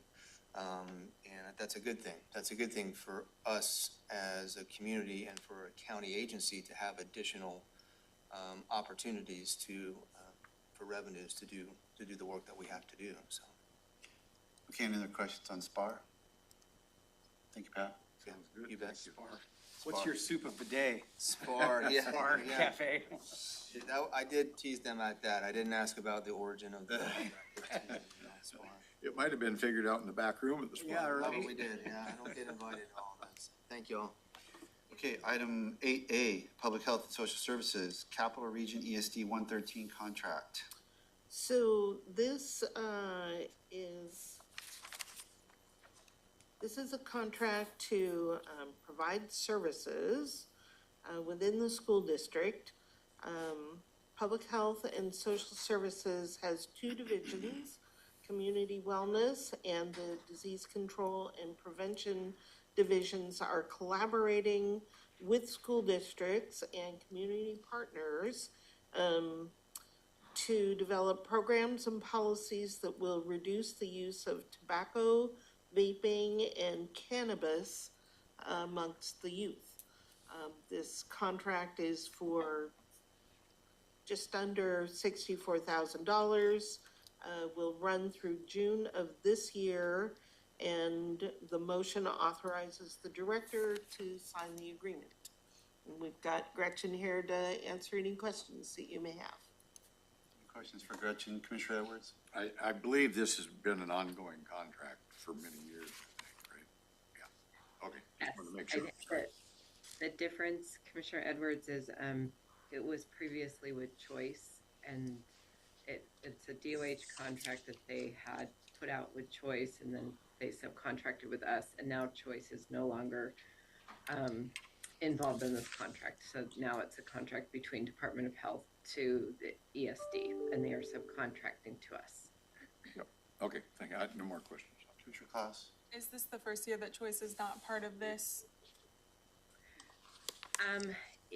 Yes, they were a part of it for, I want to say, a year and a half, maybe 2 years. Before that, our public health department actually held the contract with Department of Health. Thank you. Thank you, Gretchen. Yep, thank you. To 9A, Public Works Ordinance repealing Thurston County Code 1304 relating to road districts. This item is being moved to February 20. We need just a little more time to look at the legal. Okay, we'll have our standing items, and that will wrap. Could Go I ahead. comment on that? When we do get this moved to wherever it is gonna be moved, could we get a little more information in this description? Just, Yes. it's short, little information. for the It public. is. It's Thank you. very odd thing. I don't know what it is, so I'm gonna need a lot more information. Yeah. Yes, Okay. yes, you will. Thank you. I'm glad we're all on the same page there. Okay, before we break, let's hit a couple more of these items. Proclamations and awards. Do we have anything that we need to cover, Kate? Good morning. Sorry. Proclamations and awards are being routed through your executive aides to determine any additional proclamations you may want to add this year. Thomasina does have an update. You do have a meeting schedule with this meeting, so you will want to have 2 board meetings a month, which has kind of tightened down the proclamation schedule. So with that. Per Commissioner Mentzer's request at your retreat a couple of weeks ago, commissioners were asked to provide their top 10 proclamation requests for this year. I have received from 3 commissioners those top 10. I have put together that list to gauge where we have the most interest. And we have identified 10 from those 3 commissioners that have more than 1 vote, if you will. I can read those out loud, or we can simply wait until we have the full packet of information from the other 2 commissioners, and I can present that as a whole. How would you like to proceed? I say don't spoil it. Yeah, let's get the other 2 commissioners to submit, and then next week maybe prepare that list, and we can, yeah, so we have kind of couple problems we're juggling. One is the fact that we've got a full slate of proclamations, and a whole slew of requests that constantly come in, and now we have a new schedule proposed that will have fewer board meetings to do them in. We can always do certain ones in the Board of Health that are, because a lot of them are health related, but just trying to figure out, how we're gonna manage that is the task at hand. We could have a proclamation subcommittee with Commissioner Klaus, Commissioner Mejia, and Commissioner Menzer on it, and you guys could meet a couple times a month and. Why did we get singled out on that? I'm not gonna be out. I turned my list in. I think mine's ready to be turned in. Okay, very good. Well, we'll take that up then next week. Thank you, Thomasina. Let's go to advisory boards and commissions. Thank you. Last week, I was informed of incorrect information on an appointment letter for the Grays Harbor TRL appointment. You'll see that in your packet. This was my misunderstanding that those appointments were 3-year terms. However, they're 7-year terms, and the appointed applicant, Thurston, was filling a vacant seat that had time remaining on the term. So I'd like approval to amend the letter of appointment to reflect the corrected information that he is filling a vacant seat, and the term end date is December 31st, 2027, instead of 2026. So you just need our thumbs up Yes, please. to make that amendment. 2, 3, 4, 5. Okay, you got it. Thank you. Included in your packets, there are 3 reappointment applications for the Lewis Mason Thurston Area Agency on Aging. Ellen Went, Kathleen McGafkin, and Michelle Forney. These are 2-year terms starting the month of appointment, and currently I believe their terms are expired or about to expire. You'll also see the standing application for the Board of Equalization. To answer a question that Commissioner Edwards had regarding the BOE last week, I believe, there is no vacancy as of right now, and the current member is still making all of the duties. Ruth Elder will keep us informed if that status changes. And then finally. There are no vacancies on the Board of Equalization. Let me just point out something. I just got a vacancy this weekend, or a resignation letter this weekend. I just didn't bring it in. From the member of the BOE? Yes. Because we've checked with Ruth Elder and no one has told her. No, I've got it to turn in. It was brought to my house last night. Then I will say that it would be greatly appreciated if members of boards and commissions would work through the regular process when they're going to resign or retire. This was an unexpected health issue that. Right, He's not because we have available, followed up on this. You've brought this to our attention. We followed up. We were told, no, nothing's happening. You keep bringing it. Well, I just want everybody to know it's an opening. Yeah, well, I got the resignation. the member needs to work through the proper channels. I'll reach out to Ruth as well. We have one applicant, and there was a question of looking for more applicants or publicizing their vacancy or something. But before that person resigned, wasn't there an alternate position that was available? Because I think that's what Mr. Harriman was directed toward when he first applied. Although now he probably would like to apply for the regular position, but we'll have some sort of opening process for people to apply. Once we find out officially that. The advertisement question was something that I brought up, is just when vacancies come up, are we putting it out there? Because it's not easy to figure out. Somebody contacted me over the weekend saying that there's very little transparency on our boards and commissions and who's on them, who's not on them. And, but I also know that it's got to be really hard to keep that up to date with, everything changing as it does. It's a revolving door. There's only 30 of them or something? 30 or 40. With each one has a totally different set of rules for what the seats are and how they get picked. I mean, it's been a struggle. We've always aspired to get that more transparent, but it's been difficult. And we're down staff. Yeah. Not a now issue, but. Yeah, exactly. But I still have that aspiration to get, and when we have, now we haven't, because we were like, we have a new website, we'll figure that out, and then we'll have, new, processes for, how internal staff's coordinating things with new software. All this stuff, I think, kind of played into the final solution of boards and commission transparency that we've been seeking. But it's always kind of ad hoc, but the board usually always, if there's a new vacancy, we usually always allow some period of time for people to spread the word, or it be posted, or there to be applicants to have a chance to apply. So I would expect the same thing here with Board of Equalization. We give it a window of time for us to recruit, or however we do that. Not that we necessarily do that well, but whatever we do, give time to do it so Do that. it harder. Yeah, do it better, and, we'll talk about stuff at maybe a study meeting, or depending on what the committee is. Out there in the community, we're all out there in the community doing things, and we can, talk about vacancies that we have, so. On this particular one, Megan has been working with Ruth on advertising about the board and the work it does so that we would have applicants. Awesome. Okay, so. I do have one other item. Yeah. On advisory boards and commissions. I would like to move the appointment of Bill Fishburne to the next agenda as my second planning commission appointment. Okay. Can we put that on for today? Yeah, why not? Planning commission's rolling, so the sooner we get folks with their welcome packets and their meeting schedule in their hand, the better, because they're rocking and rolling. For punishment. Yeah. God bless the It's a planning unique- commission yeah, it's volunteers. a- Let's get- All right, so let's do that today. Let's make it easy as we can. And for last, we did receive a new application from the planning commission, Melissa Paulson, and there is that one vacancy, so.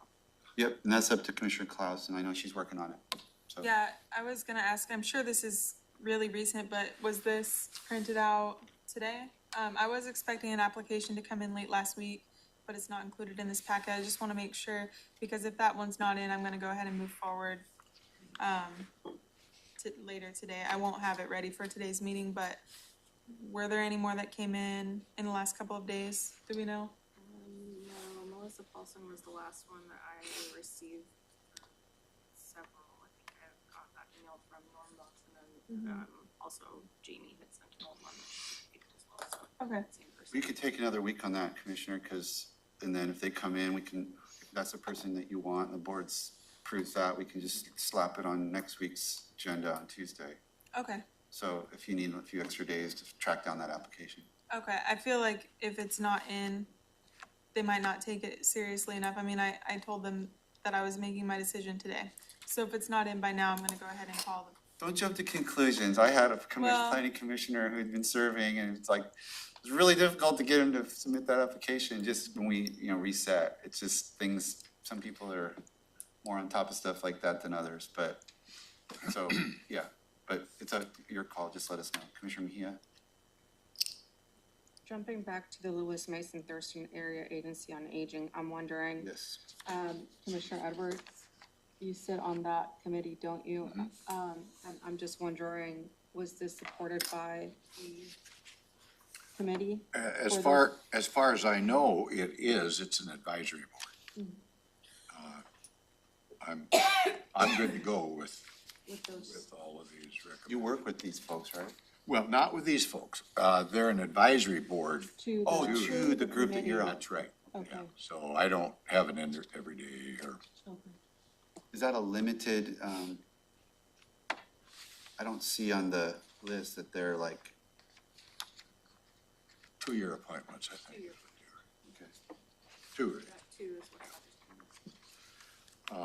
So what are we gonna do Actually, on I those? don't know, I can't tell you off the top of my head if these are, if one's from Lewis, one's from Thurston, one's from Well, their Mason, that kind applications, of thing. It doesn't, they're blacked out. I don't keep telling. yeah, so I don't have a good answer for you on that.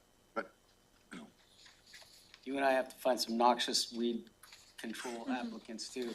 You told me that at Public Works. is that right? You got a vacancy to fill in your district, and so do I. Okay. Yeah, well, trying to stay up on top of this. So Commissioner Mejia, are you proposing that we approve these three? I mean, I don't have an issue with any of them. They've been on there and, their Yeah, applications look well, but that's why I was wondering. I think I'll go ahead with it myself. Do we have anything from the Lewis Mason Thurston Area Agency on Aging, Katie, recommending these reappointments, or, That's who sent them in to me. so they're recommending? And to answer Commissioner Edwards' question, we have, City of Lacey, City of Olympia, and City of Olympia. Okay, so sounds like they're all local folks from here, so. I'm good with it. Put them on? Sure. Commissioner Fornia? Yes, sir. Let's put them on then. Sure. Get them going. Okay, PIO check-in? Megan is not here. She did share with me that her update would be to, let the board know that she has filled both of her new positions, and both of those staff will be starting, I believe in the next 2 to 3 weeks. So, Great. Commissioner Edwards? I did notice an article, and I wanna say maybe in the Olympian, maybe the Jolt, I'm not sure, about the other jurisdictions. Would she give, and what they're doing now that we don't have the arrangement that we had sometime past? Will she have that kind of as an update of how we fit in there? she could certainly bring an update on that, yes. Okay. I just think it'd be beneficial for all of us to hear. Sounds good, next week. Okay, it's 10:51, we'll take 10 minutes and then come back to pick up the legislative item 6. Great.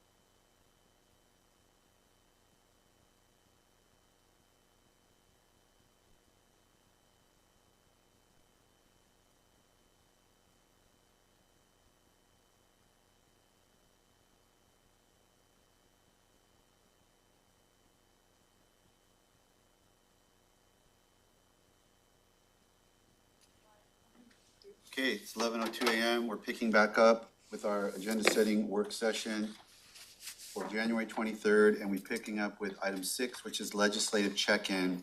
Assistant County Manager was not able to join us. He was excused. I know there was an email that I saw about a couple of bills he wanted us to address, I believe. There is one item in particular. We won't go through the whole legislative priorities. We'll wait for Rob to get back next week, but there is one item in particular. He provided a legislative briefing. It is in your packet, and it's specifically talking about bills that address Washington's recycling rates. The rewrap bill in particular, House Bill 2049, is seeking support from counties, and it creates a, let's see, extended producer responsibility, which is already required for batteries, electronics, and paint, and there would be more recycled materials in new packaging. House Bill 2144 creates a deposit system for bottles, and then the Senate Rewrap Act companion bill, Senate Bill 6005, is scheduled for a hearing on January 23rd. And then there are a number of other bills. Also, okay, our Board of Health bill is moving. House Bill 2090 passed unanimously out of the House local government. And then on the Senate side, the companion bill 5970 is scheduled for executive session on the 25th. So those are two big bills. The questions for the board are, would the board support the revised RAP Act? And there is also a short description of what is in the Rewrap Act. And would the county be willing to have our logo on the coalition documents? And then there is also a bill 2160 that Wasac is. 6120? Yes, did I say 2160? Yes, you My did. apologies. So it is a Senate Bill 6120. That is a bill that Wasac has been working on, trying to fix mapping problems with DNR. So if I could jump in on that one? Yes, please. I think I gave a report to the board at the end of last year about the WUI code, the Wildland Urban Interface Code, and a number of concerns that our local jurisdictions had with them.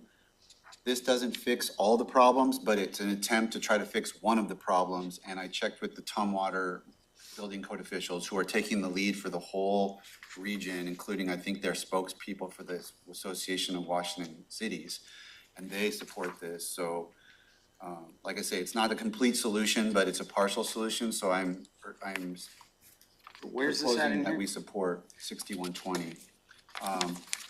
I printed it, and I know Rob wanted to bring it to our attention, so I don't know where it is in the packet. It's not in the tracker.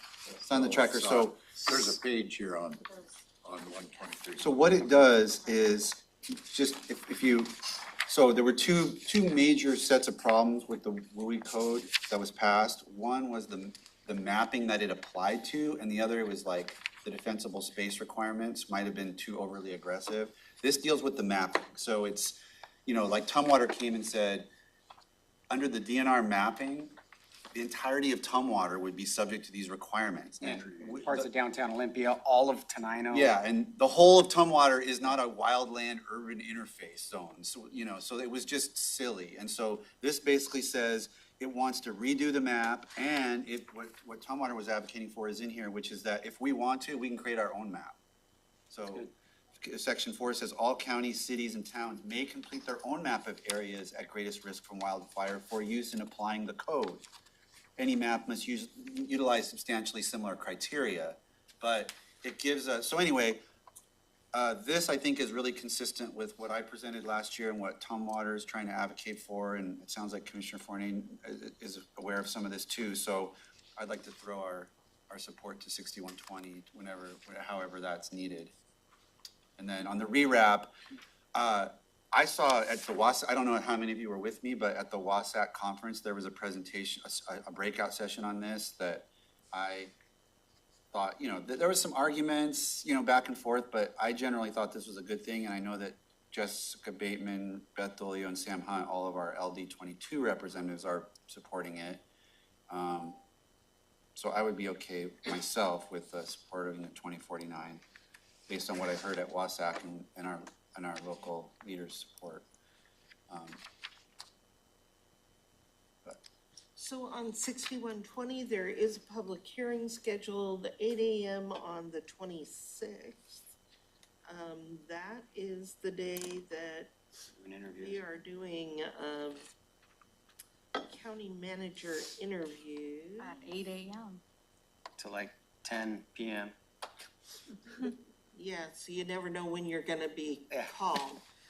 So even if one of our commissioners doesn't go and testify, we could have Deborah sign us in support of the Yeah, bill. that's what I would suggest. Yeah. Okay, good. You only get 90 seconds anyway, don't you? Yeah, you don't get very long and you never know Sometimes a when minute, your sometimes turn 2 will come. minutes, depending on how many people are signed up. And AWC is supporting it, Yeah, and WASAC is supporting it. I think so. Yeah, they are working on it, and it's bipartisan. I mean, this is interesting. Like even on the State Building Code Council, where there's quite a difference of opinion about a lot of things, we had a lot of bipartisan concern about that mapping. Yeah. So that's why this is, I think, going to be likely to have success. I met with Hillary Franz the other day, and we had about an hour-long meeting, and I did talk about the WUI maps, and she had said that they're working on a fix already. So I don't think that they're gonna be resistant to. No. She knows there's a This problem. is not a DNR thing. This was like something maps are. DNR was asked to do, and they just did what they thought they were supposed to do. I mean, Yeah. it's not like they're invested in their map.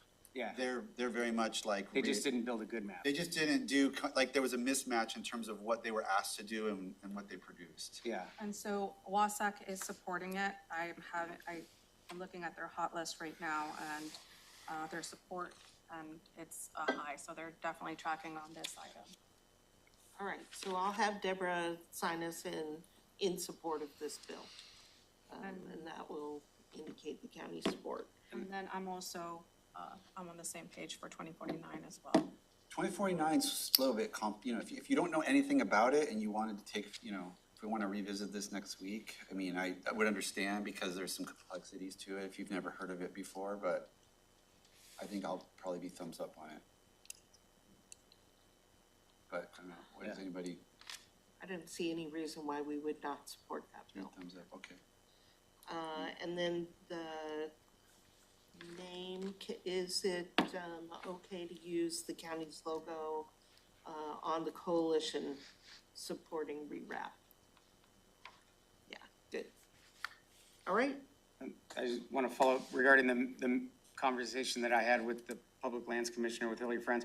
I talked somewhat about the legacy forest issue that Commissioner Menser has been working on, and she's very aware of what we're shooting for, and she has told me that she is going to offer a solution to us coming soon, and I will try to hold her to that.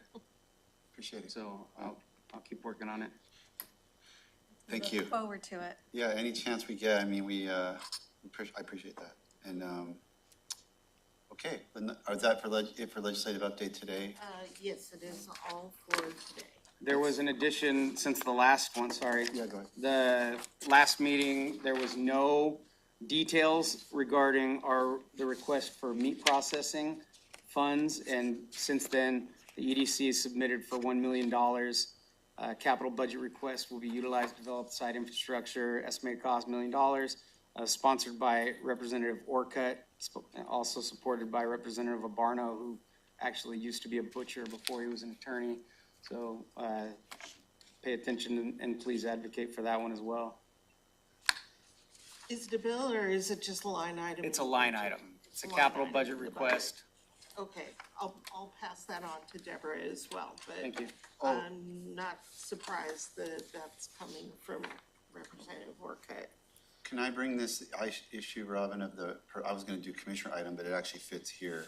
Sure. The proviso. So our top legislative priority is, you know, the legacy forest, I'll call it, issue, but it's kind of vague, and we were wondering what specific. So I met with some of the advocates yesterday who now have a draft proviso request. They're actually working with WASAC on it because it's got elements of that WASAC is supportive as well. So what I would like to do is to, even though this isn't final, they said that it would be okay for us to share this with our lobbyist so that when she's talking to people about that top legislative request, now we have something specific to be asking. And what it does, it essentially does what the proviso last year did, except it gets a little more specific. Last year, it allocated, I think, 70 million, and then it let DNR choose the parcels. We're not gonna let them choose the parcels this time.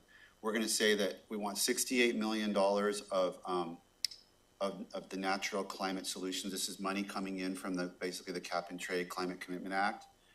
We want them to acquire a very specific set of acres in Wahkiakum County, part of which will be swapped out for these encumbered lands, which is why the DNR folks why the WASAC folks really support it.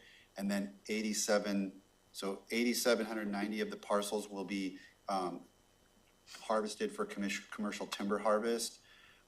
Some will go to help the counties that have encumbered lands. And 650, it will then deal with 655 acres of structurally complex carbon dense forest land, of which 425 would be Capital State Forest, Thurston County, 120 in Green Mountain State Forest, Kitsap, 110 acres in Stillaguamish and Snohomish. So it would be more prescriptive about how this land would be divvied up and used. And we would get 425 acres of our legacy forest in Thurston County protected. The reason that this program is so powerful for us is it gets past, first of all, it keeps beneficiaries completely whole. So any concerns about that are because the beneficiary transfers to the new lands. Secondly, it's one of the only programs of the ones that are out there that can get us beyond this trust repayment issue that Capital State Forest has this unique burden of paying back another federal trust, and talked all about that. And this deals with that because it basically swaps the lands and keeps the revenue streams whole. So anyway, with your indulgence, I would ask that this be provided to Deborah so that this can be the more specific ask connected to what's on our legislative priority list. And I'll have this circulated so you can all see it. But it'll probably be harder to get that through, I bet, because we're taking them out of the driver's seat, so to speak. It could be. It could be, but that's okay. It's okay. Yeah, we talked about that, but the fact that we're working with, like it says that this is supported by Washington State Association of Counties, Conservation Northwest. So the fact that we have the counties, and some of the eastern counties are going to benefit from this, from the encumbered land swapping. And you've got a pretty good argument to do it because they didn't follow through with any of the stuff they told us they were going to follow. Yeah, and that's kind of how this is framed. It said basically, like it says here, last year, the largest single investment from the Climate Commitment Act was allocated to DNR to conserve 2,000 acres. But 8 county governments requested conservation of far more acres than the legislature funded and are requesting more for 2024. So it's kind of building on that and kind of saying, well, look, these are prioritizing the counties that didn't get their requests addressed. So I think that's good. No, I think it's. So I'll give you that. Robin, did you get that email from me yesterday? I'm looking for that. I'm sure Thomasina sent it to me. I think I did. Just behind on my email. Okay.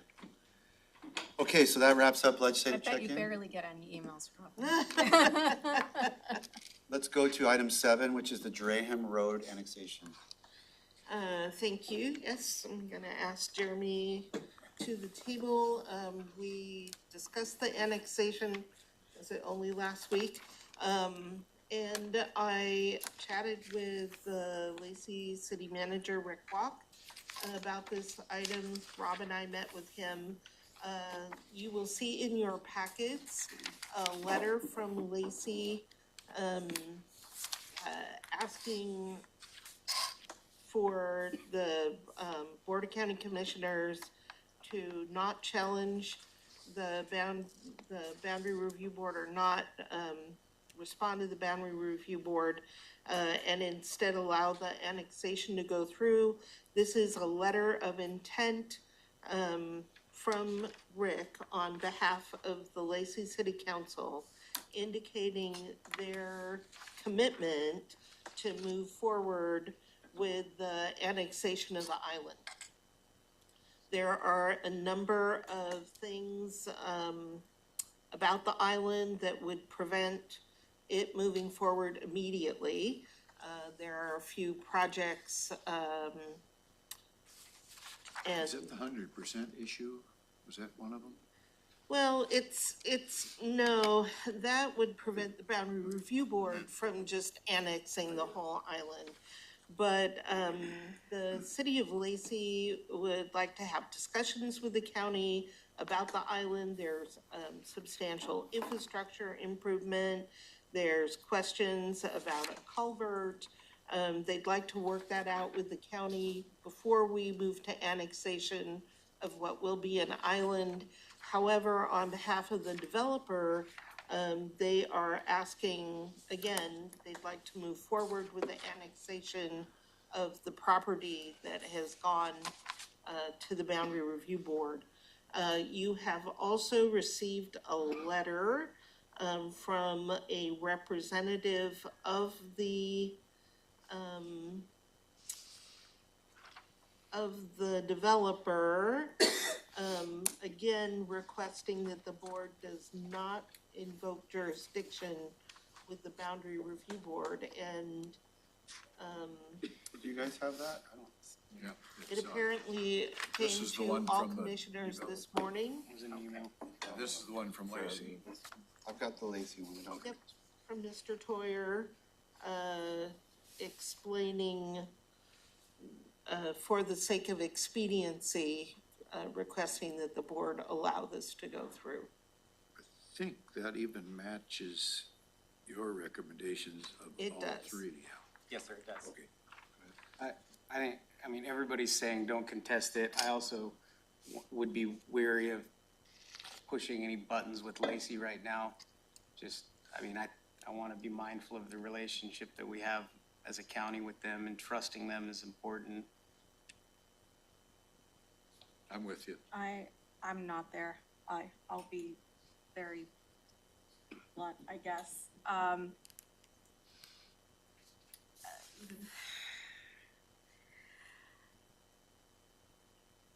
For me, it's not just about trust, but even though this is a property owner initiative and it's not the city of Lacey, we've heard before that the city of Lacey wants to do studies about annexations and the cost to them. We've heard that they would like to split the cost, even though we're fully maintaining that infrastructure and different aspects of those communities.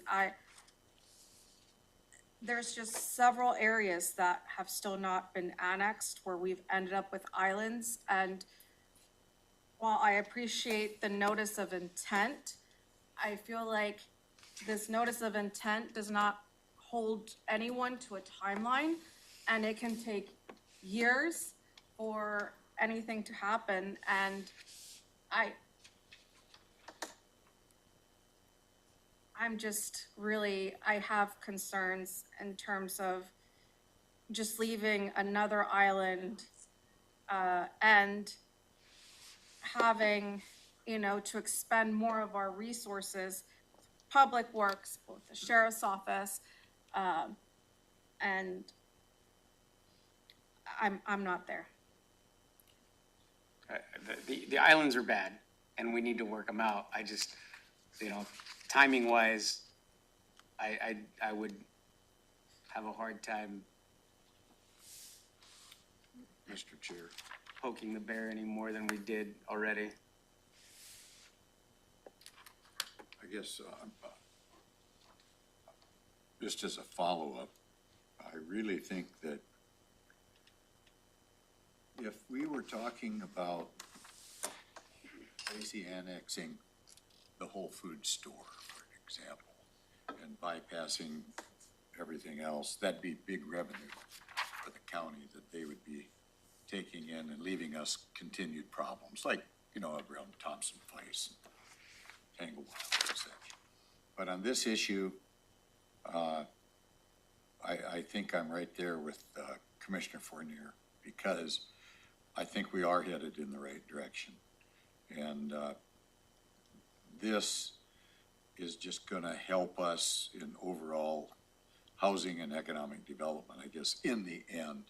Yes, it's a private application, but it sounds like there were many other applicants that went along with this that were in favor of it. I don't know what it was, 67% or something, I think I heard. So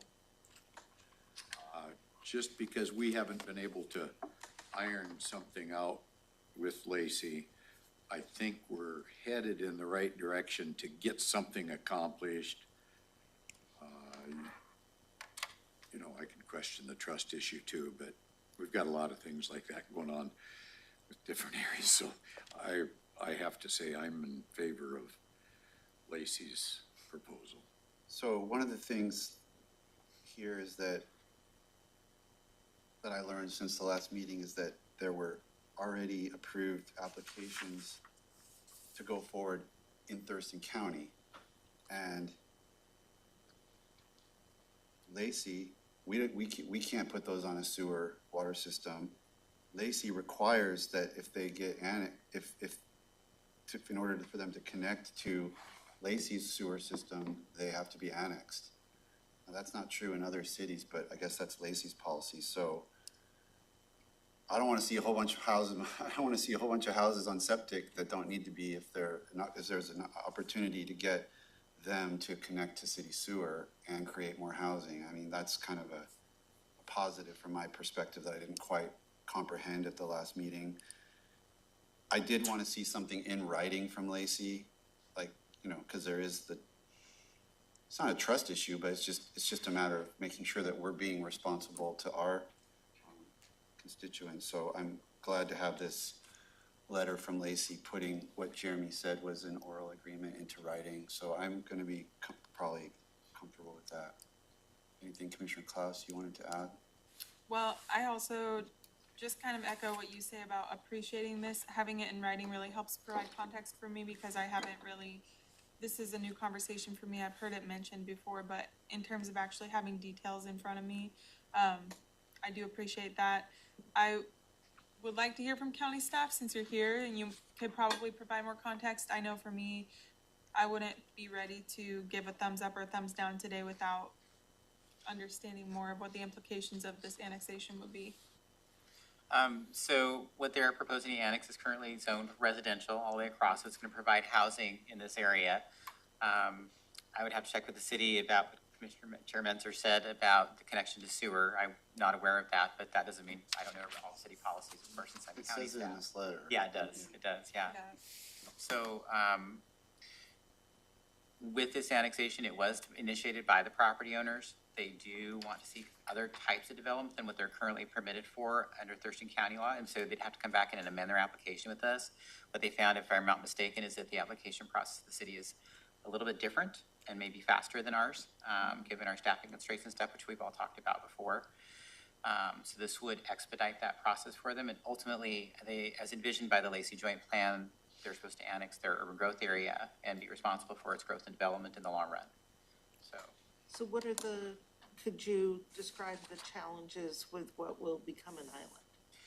So with the unincorporated county island that would end up being created with this, of course, the county will have to continue providing services in this unincorporated county island, including clearing and maintaining roadways, culverts, and other such things that do cost the taxpayer dollars for the county or cost us our tax dollars. And in addition, we'll also have to continue providing sheriff's law enforcement service there. Now, we do have a cross-jurisdictional agreement with the city of Lacey, between the sheriff's office and the city of Lacey, that they also provide services there.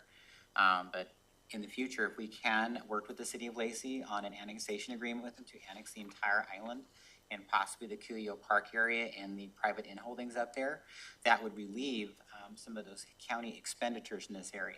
Is the island a developed area? A portion of it is developed as a subdivision. A portion of it has somewhat rural and actually is designated agricultural development for now.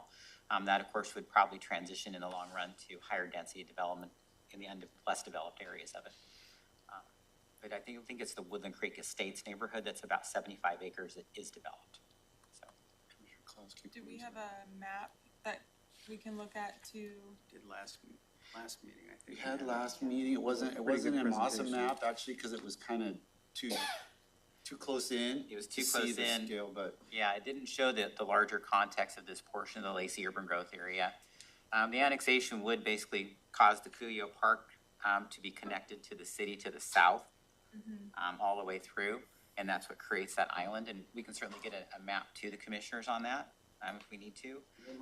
The land that's zoned ag, it's not like long-term ag, it's not. There's no long-term ag designation in the Lacey urban growth area. They've got a remnant agricultural designation they use to apply to existing agricultural uses when they first developed their land use plan back in the mid-1990s. And those are slowly going away as the whole UGA transitions to higher density development. I guess to further my position, an argument for my position is that it's not only good for economic development, it's good for housing. And in this case, it's better for the environment than having a bunch of homes on septic systems out there.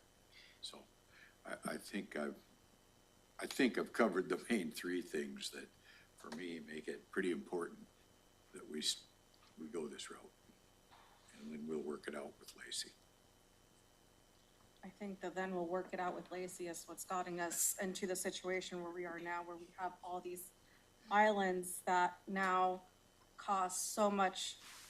It costs us more. It costs Public Works more, the sheriff's office. It costs the residents a lot of confusion. And again, I appreciate the letter from Lacey kind of laying it out, but the fact that we just don't have a timeline of when it's going to happen, that to me, it just does not erase the concern of we're just gonna have another island in Thurston County and we're just, the intent is there. I mean, the intent is there for all the other islands that we have as well.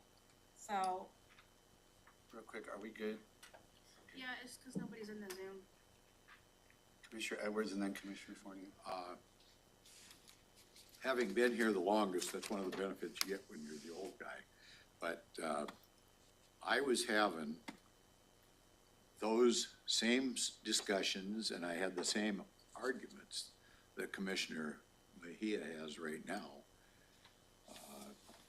When other county boards, county commission boards, allowed all that annexation and bypassed and left us with those islands. And so it was kind of promoted by the county to give that up all the way out into the Hawks Prairie area by other commissioners and bypass and leave us those islands. I'm not saying that was right because I opposed it because it was creating a heck of a workload for me as sheriff and no revenue coming in to cover that workload. So, but in this case, it's not, there's the dissimilarity is that there's nothing retail that we're giving up and we're only encouraging coverage, better coverage, I guess, for the environment, better economic development, better housing. So to me, it would be a mistake to delay it any more than it's been delayed. So just to, I wish I could like to get, lined up with my seatmate, but I've been fighting that battle for so long, I want this to go ahead.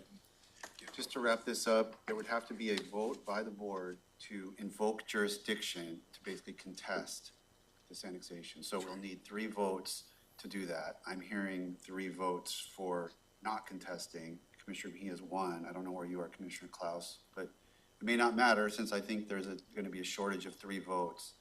So no action lets this move forward. So I'll, so a motion by the, do we need a formal motion or can we just move to next? I don't think you need a formal motion if there's no appetite to send a letter to the Boundary Review Board, then we're done with this, and staff will follow up and begin work with Lacey on proposed annexation of the island. I have a question. So are we suggesting that we put this on today's agenda and move forward with it this week, or would we see? We do nothing? So if we do nothing, this just goes forward. We would have to take affirmative action to send a letter to the Boundary Review Board contesting this, and then they would go through a process, so. That is time bound, which is why Yeah, we're. clock's ticking. So we really don't need to do anything unless 3 of us wanted to do something, and I don't hear that. So I'm gonna move on. I would just like to request that we have further discussion on the island issue. Imagine you guys have probably briefed the commission on that before. Long time ago, but yes, we have. I think it was literally the first week I was on this Yeah. job. There was this really like hairy annexation and I was totally overwhelmed because I didn't understand. I never heard of a boundary review board. So I mean, it's pretty kind of complicated and. It was the RAC annexation, Regional Athletic Complex one, so, yes. So, yeah, for the benefit of Commissioner Klaus and I, I'm more interested in the Lacey Islands because that's where my understanding is the biggest dilemma is. I think that those are the only islands we've got We left. cleared here in all Lacey. Tumwaters. Tumwater and Olympia has taken care of 12 theirs. islands extinguishments in one fell swoop. Yeah. With this method that That we're should be proposing to do, noted yeah, in maybe so. like a press release that we're reviewing it and we've cleaned it up everywhere else. And Commissioner Hugh, we'll also work with city staff to try and come up with a timeline for this proposed process to see where our milestones are gonna be at and bring that back to you when we talk to you about the island annexation method. I think you guys, when you communicate with Lacey, I think it's fair to say that you can communicate that the board was uneasy about the no firm timeline and that we would really appreciate, expeditious movement on that. Absolutely. If that's consistent with where we're at. I have one more question about this. What was the conversation with Lacey around annexing the whole island? You mentioned that, but could you go into that a little bit more, as far as like what their resistance would be to that? Would it just be more money to provide Concerns about the services? project. Yeah, I think they're concerned about some of the projects that may need to be done in that island area. And we'd have to talk to Public Works about more of what those projects are and the full financial ramifications of them. And then also the island itself is residential in nature, and past annexation studies have shown that's not always as economically desirable for cities to annex just residential areas. But that doesn't stop them, of course. Well, This and annexation that part's request just too bad. was But, from the uh, developer. This one was. So this Yeah. request isn't from Lacey to annex this area, it's from the developer, and the developer has no motivation to fix our island problem, so it didn't come up in that request. And as city manager, indicated in his letter, we would also be challenged on timelines. So the annexation agreement method we're talking about, which they would have had to do to annex the whole island or the whole peninsula that's in there, takes considerably longer than the simple petition method that the property owners are requesting to do. It's a 6 to 9 month process for that agreement method to go to full fruition, at least based on our experience with Tumwater. So it's that length of time too, and that critical nature for developers to act as quickly as they can and expeditiously as they can, because of their background financing and how they develop, so. I mean, out of the dozen or so annexations that I've seen, I haven't seen one like this where it's a choice between fewer homes on septic or more homes on city things. So that's a difference, that's a dispositive difference for me. Like, I don't wanna, aside from all the islands and timeline and trust and who's doing what, I mean, it's like, if that's the net result of this, then not a good net result for me. We are in the Woodland Creek watershed, and I don't know if any of the board members were here at that time, but we did actually amend the UGA to add a high school site into the Lacey UGA on the side of Hawks Prairie, specifically to allow it to connect to sewer because of our concern on this watershed and the additional idea of a high school level septic in the watershed and the additional impacts that would cause. So yes, it follows right with what you just said, sir. Oh, and there are a number of concerns about the infrastructure that will be on the island.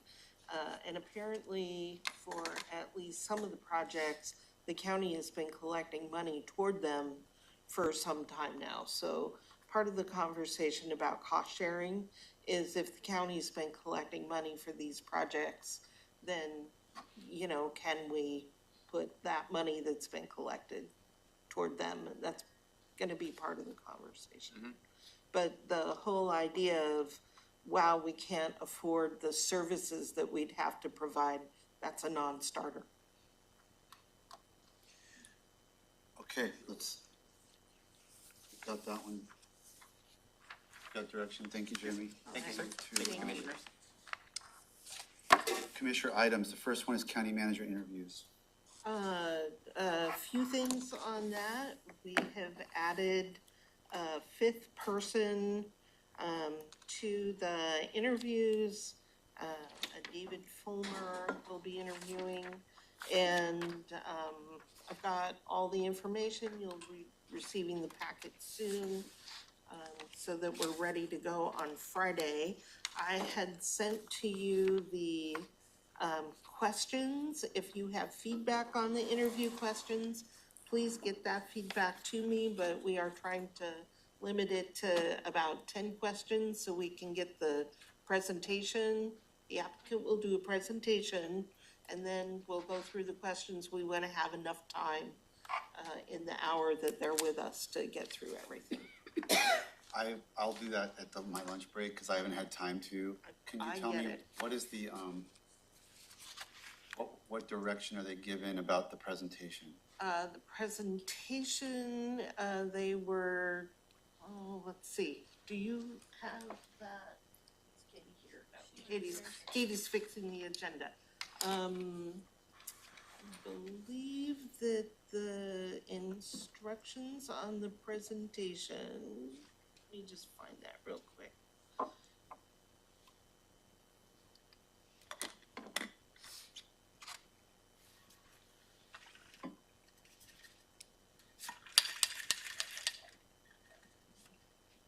If that fifth applicant ends up being the guy we hire, Commissioner Fournier is never gonna let us live it down.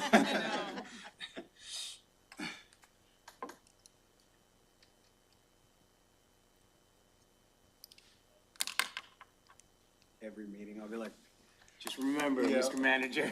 Okay.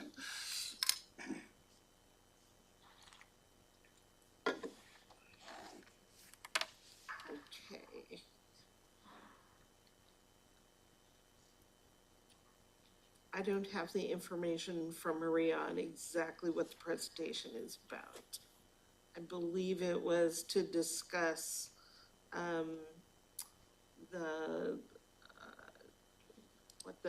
how the person would see the long-range views of the county and work with the board to bring that to fruition, but I'll double check and make sure I can follow up and figure that out.